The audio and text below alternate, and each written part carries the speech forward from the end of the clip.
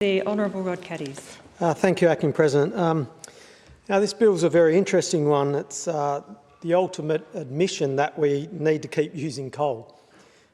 In essence, the proposed changes to this state agreement with Griffin Coal will result in the state government getting more involved in the coal industry here in WA. Now, there's talk of a whole of Collie Basin plan amalgamating the coal assets and the state government getting a say in the management decisions. But that's all very secretive. I mean, a task force within the Premier's office who will guide the future of coal in Collie, that's what we're told. Now, this bailout of Griffin Coal, owned by an Indian bank, is happening because we need to keep the lights on, basically.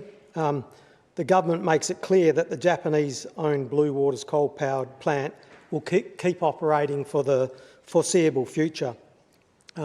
This is proof that we will still be keeping coal as part of our energy mix because we need it. So why does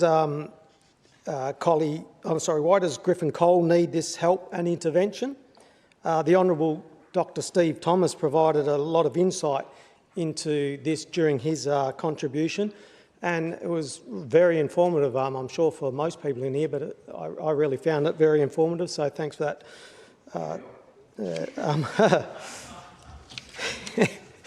Yeah, another obvious issue was that the operations in Collie were neglected as the owners didn't want to invest too much into an asset that they had paid too much for, as again we heard the honourable member talking about all about that and giving us a rundown on that. So, you know, they had no future. Why would they? They had no future due to the net zero policy that there is. So, why would they care about it? It just made no sense that they'd want to invest money into something that they know wasn't going to be ongoing, that their business wouldn't be able to keep operating properly. But here we are, we're at a point where the government needs to keep Griffin afloat so Blue Waters can keep supplying some reliable, affordable baseload electricity to the market. And they're doing this while the West Australian people still have their own coal-fired power stations. The Synergy-owned coal-fired stations are being run down by requiring them to operate in a manner which isn't great for their lifespan. Earlier this week, I asked about cold starts, and the government at the government's power stations. What I was told was there had been 19 cold startups and shutdowns. I think that's what it was, the startups and shutdowns at the plant, and the government avoided answering if this was optimising their lifespan. So I believe I've been told by some engineers and that it definitely isn't optimising their lifespan. So, but the truth is that Synergy's coal-fired power plants are being run into the ground to accommodate intermittent renewables. They get turned down or off when the sun's shining too much and the wind's blowing too hard, and then they need to be turned up or on again when the wind dies down too much and the sun goes down. Now, these coal power stations were designed to hum along, like constantly at the same sort of level and not to be turned off and on again constantly. So you can imagine when something's designed a certain way and it's not being treated that way, what happens there.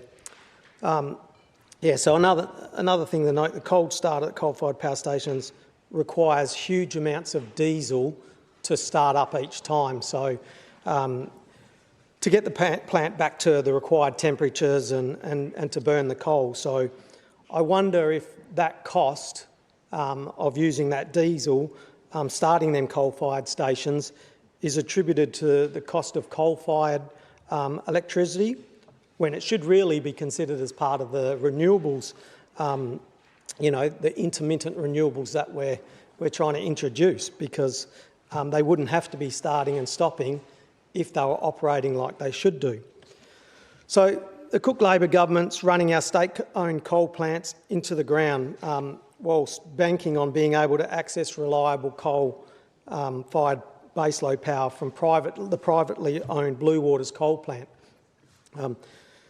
Now, Acting President, this sounds absurd because it is.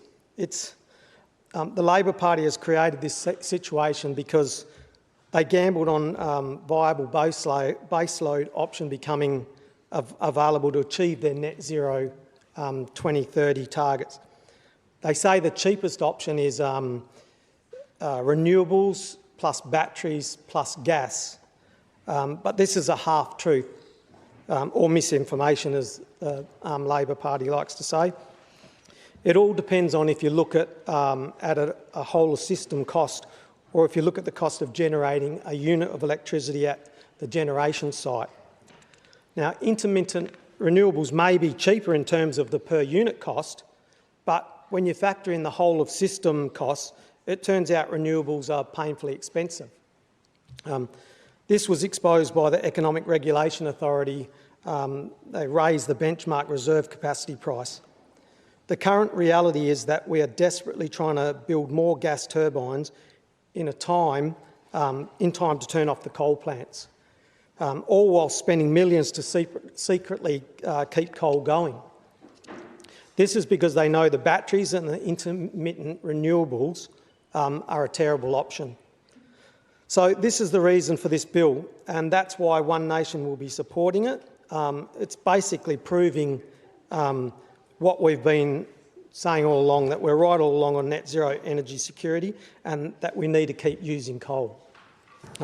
Since the state government is committed to running its own coal power stations into the ground, we think it's important to secure the remaining coal power plant we have in WA.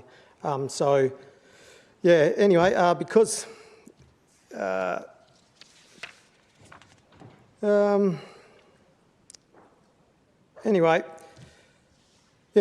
reality is that we're going to have to keep using coal if we want the lights to stay on, and this bill proves it. The Cook Labor government is also continuing coal, but just in the most expensive way possible.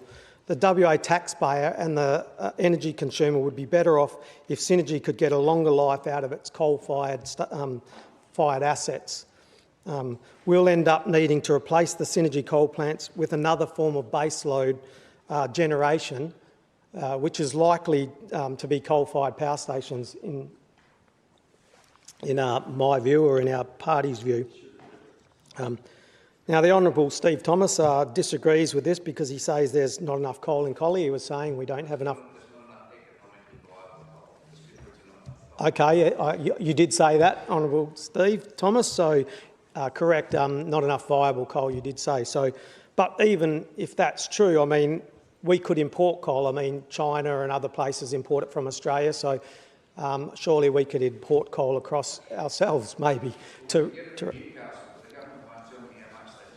So, but this is what we should be looking at. If other countries are getting it, I was having a look at the prices and it looked a lot better than what you were sort of saying about our coal here. So maybe that's a possibility of getting coal from Newcastle and bringing it across and having coal-fired power plants here running from our own coal from our own country. So anyway, energy security is the holy grail, and everything should be guided by achieving real energy security via our energy policy. The one thing worse than dirty power or expensive power is no power. So we may be experiencing this dynamic due to Labor's neglect of fuel security. Global emissions are irrelevant if you can't eat.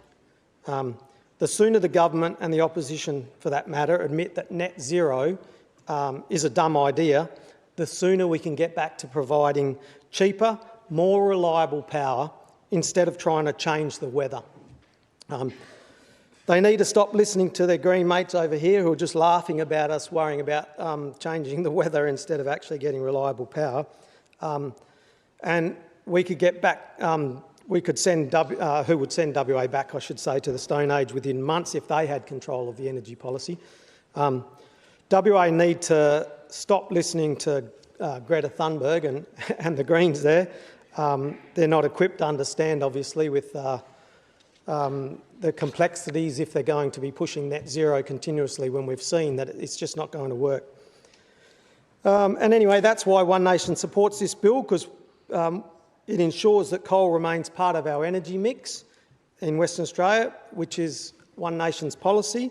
And this bill ignores the historical nonsense from the extreme left and recognises that we will need to keep using coal.